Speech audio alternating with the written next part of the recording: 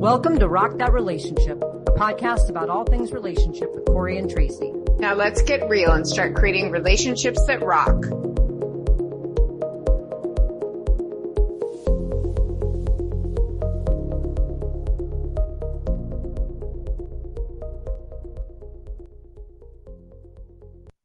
Hello, everyone, and welcome back to Rock That Relationship. We're so glad to have you tuning in today. We have a special guest that I'm just so excited to talk to today. Her name is Lise Cartwright. She's the author of many, many wonderful books, but we're here today to talk about one of them in particular called Mind the Chatter.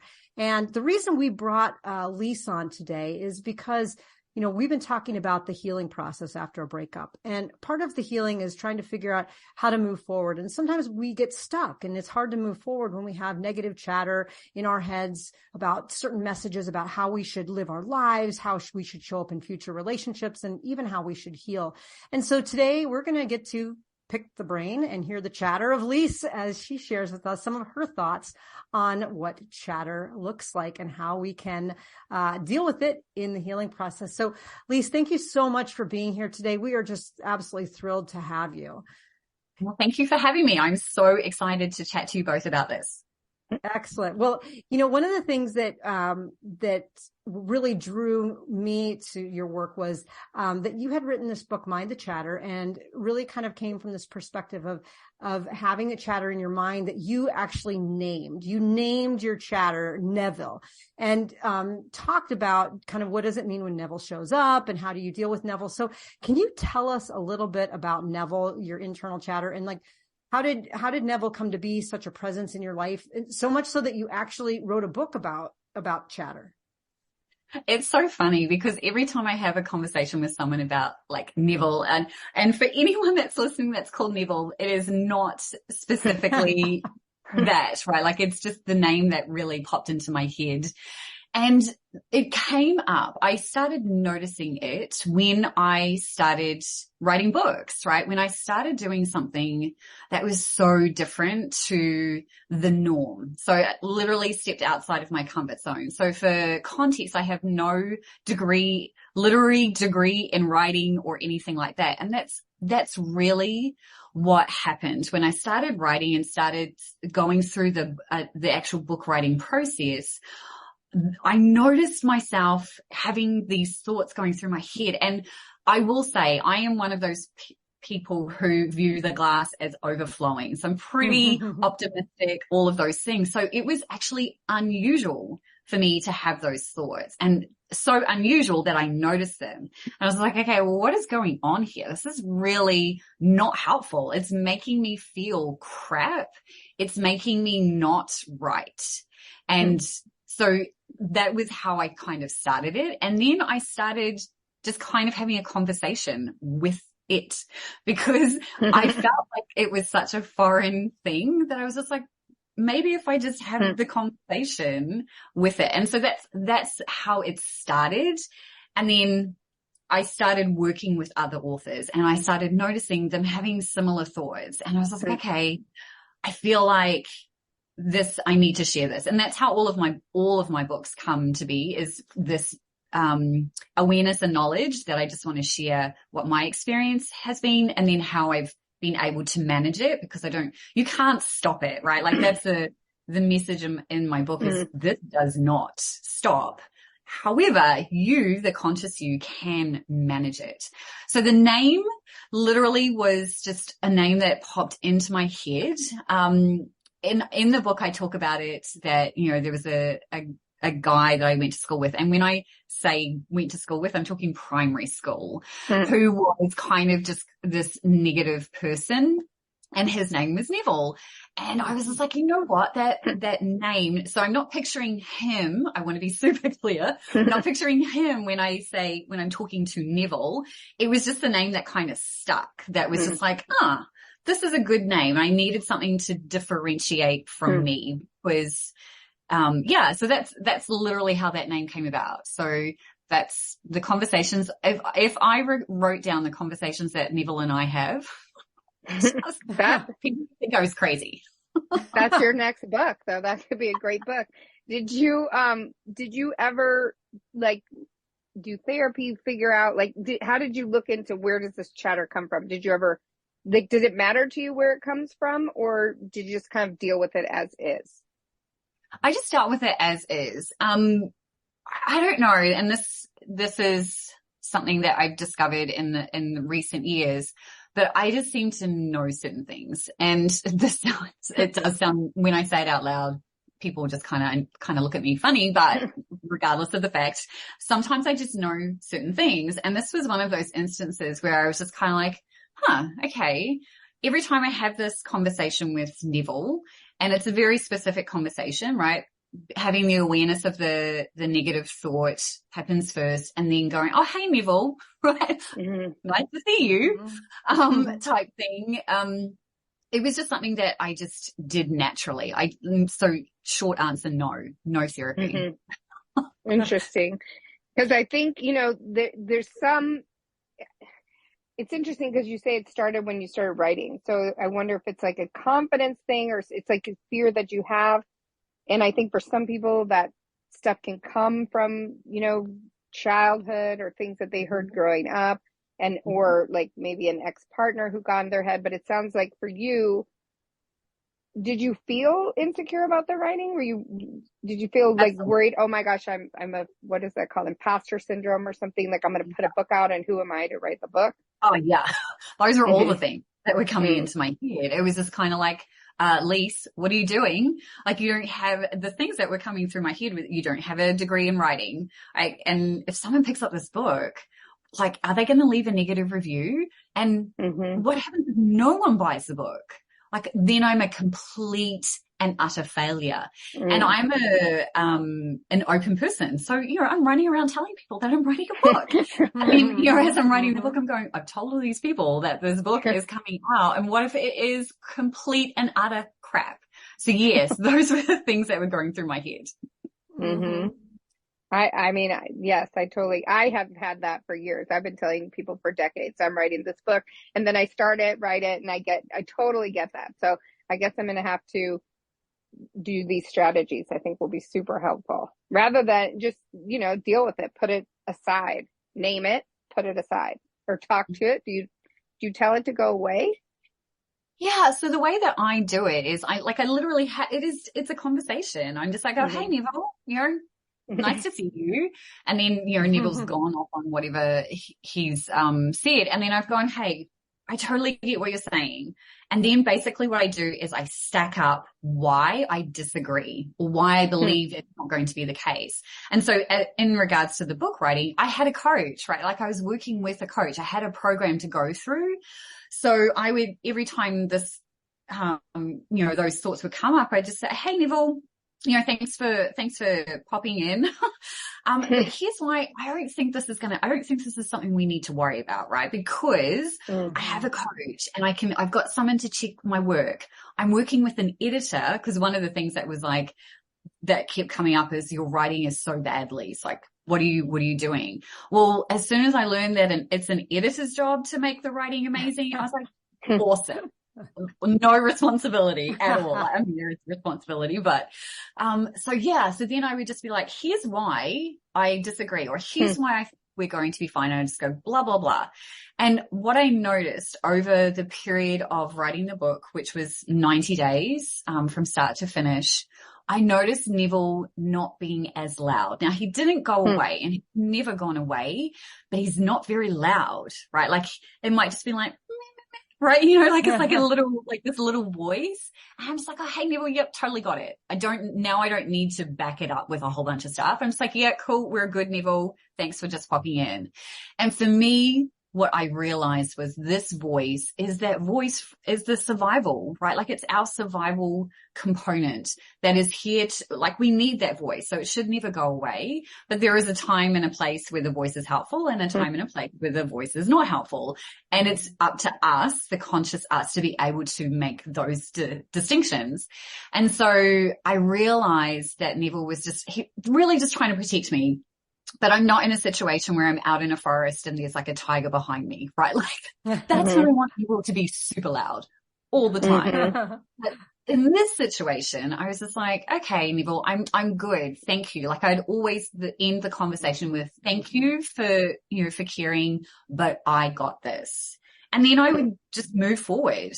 Now, like I said, doesn't stop it because you can't. It's part of who we are. We're not robots, but I've found the reframing of this and that conversation process allowed me to just kind of go, cool. I would verbally speak out why I thought the reasons why I didn't think and agree with Neville. And I'd be like, yeah, that's true. And then I'd move forward until the next time Neville popped up and then just readdress it. And that process just became super easy. And it's literally a 2-minute process now that I have, that I just do it. It's done, dealt with, then I can move forward. Wow. That is that's amazing. I mean, the fact that you were able to name it, engage with it. I mean, I think a lot of people just, either just buy into the fear or they try to push it aside, and don't really know what to do with it. And, as we talk about in our podcast, we're looking at relationships and the negative chatter, it certainly comes up in a professional setting. I've heard of, lots of instances and even experienced instances of the imposter syndrome and those kinds of things. But in relationships, we, often have our own internal chatter. Like we just got out of a breakup and, all of a sudden this, message or the chatter is you're a failure. You failed at this relationship and you'll be a failure in the future. You're not a good partner. You messed this up. You let someone go that you shouldn't have, or even messages about healing after a breakup. Like maybe it's even beyond that. Like you should be moving on faster. Why aren't you healed? Why are you so hung up on this person when they were so awful to you? And so these things prevent us from healing and moving on. So, have you ever had any personal experiences with Neville, maybe even before you named him and realized he showed up in your professional life, but in your personal life, like around relationships or any of those kinds of things? Absolutely. There's one that literally pops into my mind. So, I met my husband later in life. Like we met when I was 34, about to turn 35, which is not normal, right? Like normal, again, air quotes, because what is normal? But in my 20s, there was one very specific relationship that I can look back now and go, wow, Neville was 100% running the show there. And this is how bad it was. So I'd been in this relationship for 4 years. And for that last year, I stayed in the relationship because I had no idea what it would look like to be on my own. So I stayed out of fear and all the things. Every time I would think about, leaving or anything like that, that would be the fear. Then when I finally got up, enough guts to leave, it took me 3 months because I was so consumed and so worried about this other person that I had to ensure that all these things were in place to support him. It's absolutely ridiculous now that hello, that 22-year-old Lise. So I had to do all of these things. And then when I left, I almost went back because in my head, I was just like, oh my God, what have I done? I'm on my own. And I'm so glad that I had a good support network around me. I did write a note and send a text message and said, I think I've made a mistake. But thankfully, I had people around me just going, no, you didn't.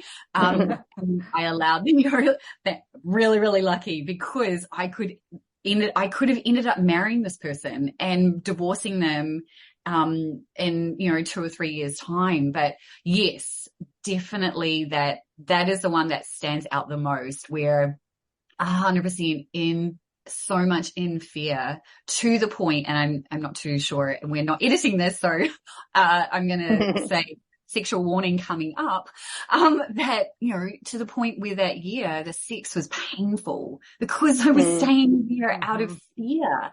Right. And it's so crazy to look at that now and to just think that I was in that situation, and it was 100% based on Neville saying all of these things.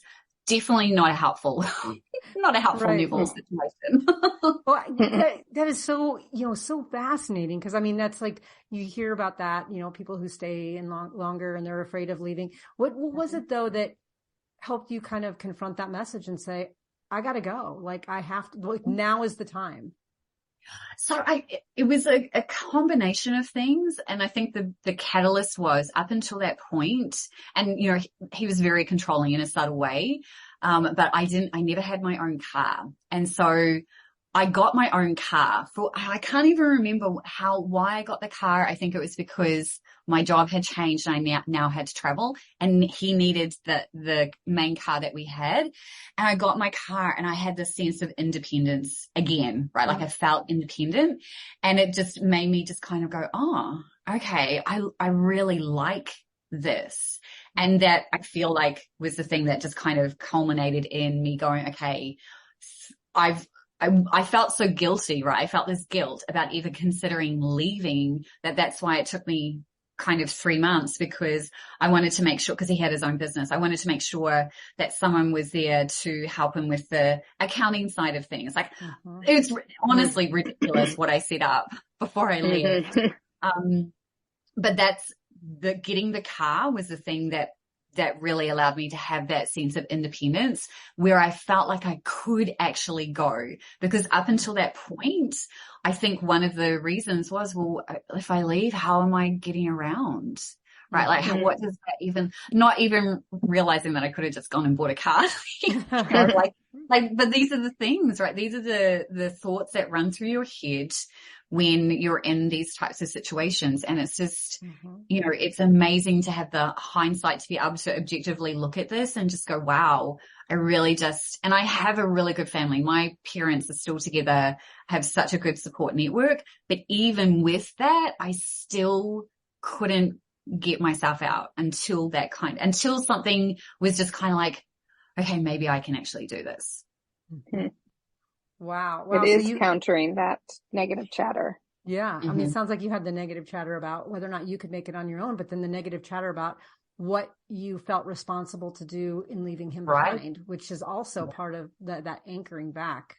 So interesting. Can I just go back, and I just want to clarify one thing for everybody, because I am over 50. 34 is not later in life.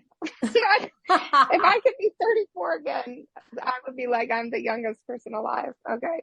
I just want to say. Oh, absolutely. And for me at that time, I was the only single person in my family, in my circle of friends. So that was right. Like, and you felt like that's some chatter, right? Like, oh my God, I'm the oldest person without somebody. Everybody else is partnered up. You know, absolutely. I think that's something I was talking to somebody about today. You feel alone, right? You feel like, I'm the only one. Yeah, I did. But I still, it didn't make me want to jump into relationships, right? Like, I had been single when I met my husband. I'd been single for about 5 years. It's like intentionally single, because I had long-term relationships all through my 20s up until I went overseas. So I went traveling for a couple of years, which was the best thing I could have done.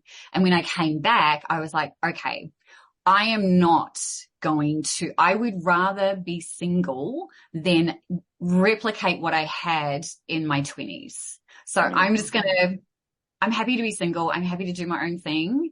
I'd still have people saying, when are you going to get married? Oh, you'd be so great in a relationship. And I was just like, yeah, but I'm not just going to get into a relationship for the sake of it. So when I met my husband, it was like really intentional, and we just clicked. Everything was just really, really good. And had I not had that time, I don't think I would have recognized that process, what that really felt like, what it really felt and looked like to find that person. Yeah. Wow.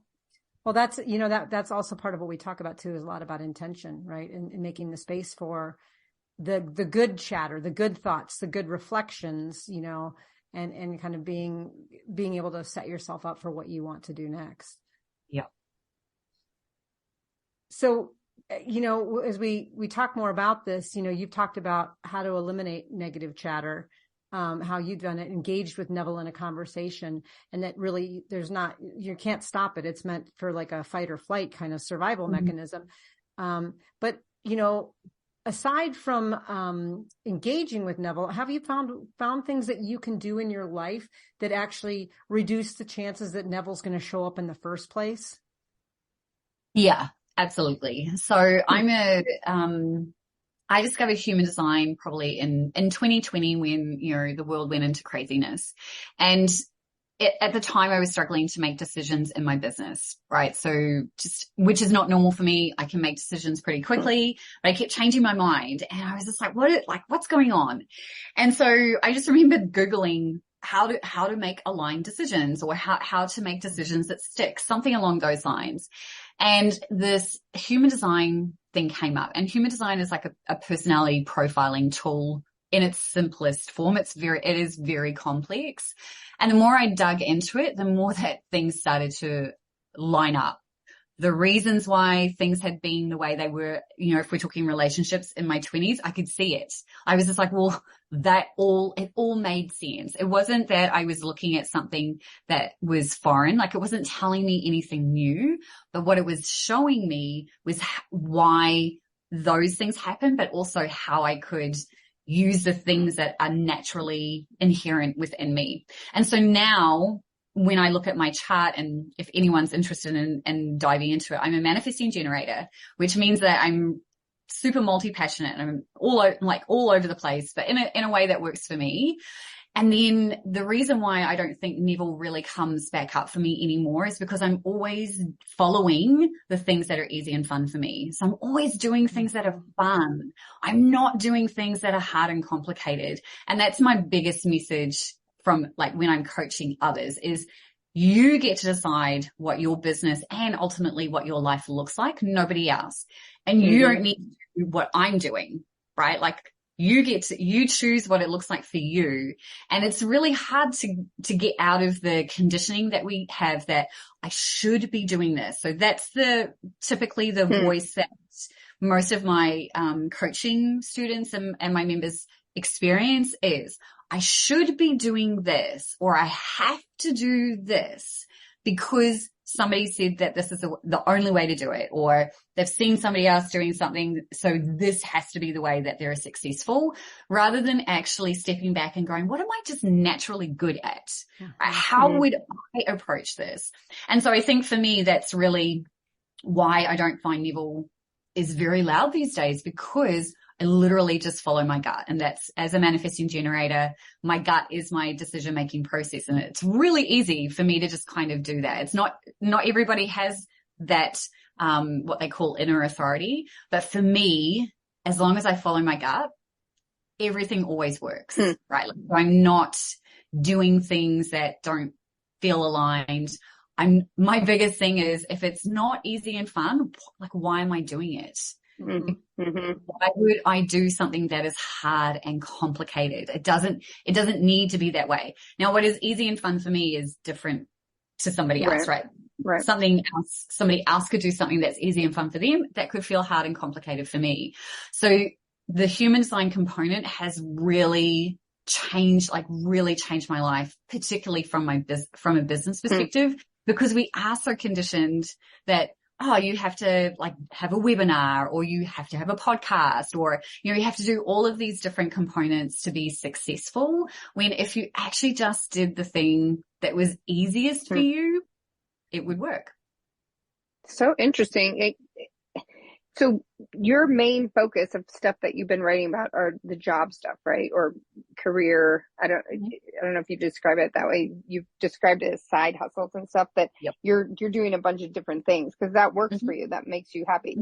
Did you ever think about this stuff in a relationship context before? Or, that all the stuff you're doing in that arena, the work arena, is applicable to relationships? Or do you see it that way? Absolutely. Yep. 100%. So it's so funny, as soon as I learned about human design, I ran my husband's chart. And I'm glad that I did, because not only has it helped me understand him, but from a communication process, right? I can now, I move faster than he does. He needs a little bit more time to make a decision. So rather than me try and force him to make a decision because I want him to make the decision, I'm now like, okay, cool. I know that he needs to at least sleep on it. So I'm not going to try and pressure him into making a decision that isn't going to actually work for him. So yes, like it's everything that I do now is like it all merges, right? Like you can't separate life and business, right? Like you can separate it, but when you work for yourself, like I do, I'm working in my home office. Like my husband's asleep in the other room because he works at night. I work during the, and it's fascinating to me when you learn, the more that you learn about yourself and the more that you learn about how you interact with others, but also understand how others are. I find that I just have this ability to have more grace, to not have expectations from other people, to recognize and understand that they are human beings experiencing whatever their experience is. And who am I to come in and say, well, you should do it this way? That's ultimately what it has helped me to do. And it's made me a better coach because now when I'm chatting to people, the first thing that I'm doing is getting them to do their human design chart so they can understand, so that I can guide them to help them empower themselves to make aligned decisions, right? Like to actually just do things that are easy and fun for them. And that's very like proactive. Can you ever take that and look back and say, okay, well, now I feel better about this relationship ending, or maybe I don't have to have animosity or anger at that person because I can look at it in this light. Like, do you think that helps you to like heal and move on? Yeah. Like if I ran into any of my exes, I would say hello. I don't think I would feel any animosity to any of them because I can step back and go, I can see, like, I don't blame none of the breakups. And I'm thinking to myself, I broke up with all of them bar one, which is interesting. But yeah, I don't feel like I can look back and just go, okay, well, I can see where this person was. And a lot of it comes down to we're just simply unaware, right? The less unaware we are of the thoughts that we're thinking, the more that those thoughts govern our actions. And so I can eat, like, you know, we're talking about that relationship that I was in my early 20s, 100% driven by his thoughts. Like he was just operating from here.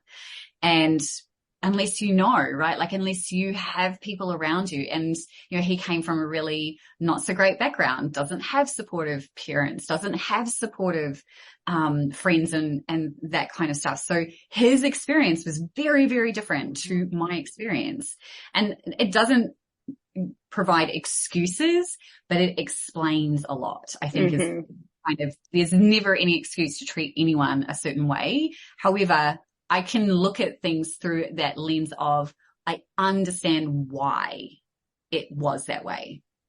And then you can not take it personally, right? That it's something about you that you can see, okay, that I think helps counter that negative chatter. Like, it isn't about me, you know, like if you, and especially for people, I think growing up in certain circumstances and having to recover from that, if you don't take it as a reflection on you, right? And you can see this, I mean, I always liken it to people are on their own journey, right? And our paths cross.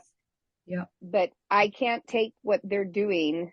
And I'm not saying I've always been good at this, of course, you know, that it's not about me, right? Not that I can't ever show up better or be better, but that when people are pretty awful, it's really about what's going on with them, and try to counter before that becomes negative chatter against yourself.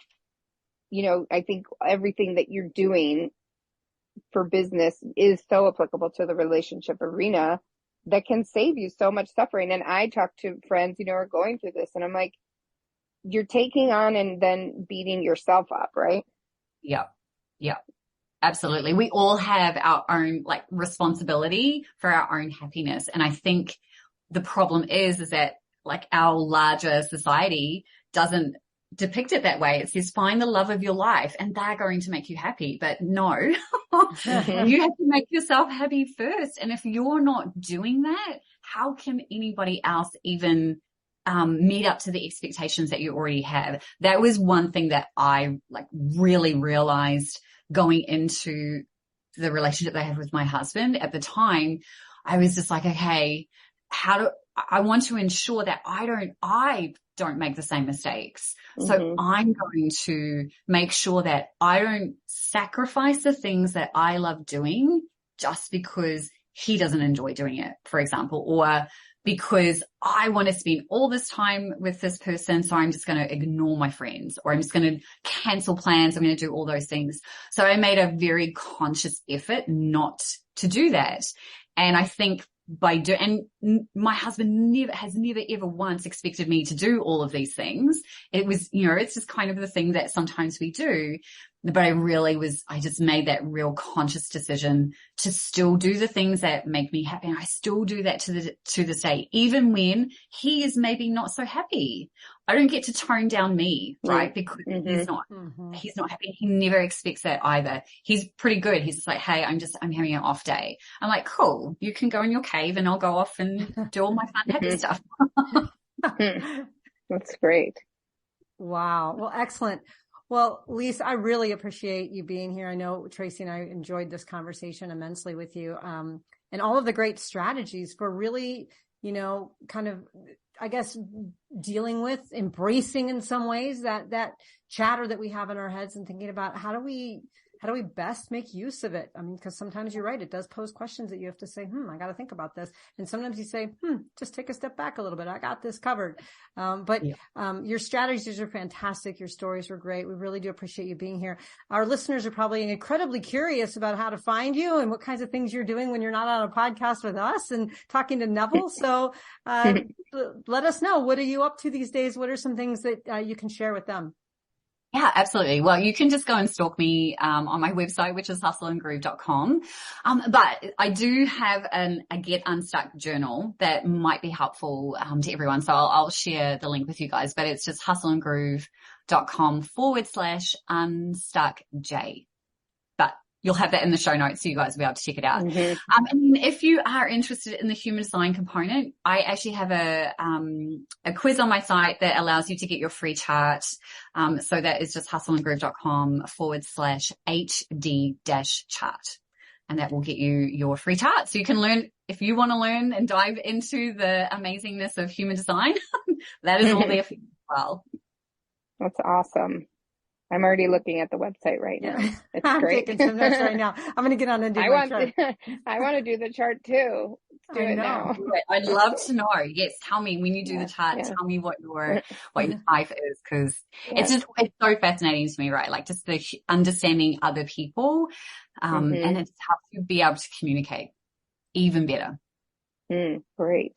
Excellent. Well, it sounds like we're going to have a bunch of great resources in the show notes. So again, thank you so much, Lise Cartwright, for being on our show today. And we hope that all of you listeners out there enjoyed the conversation as much as we did. So until our next episode, make sure to go out there and rock those relationships.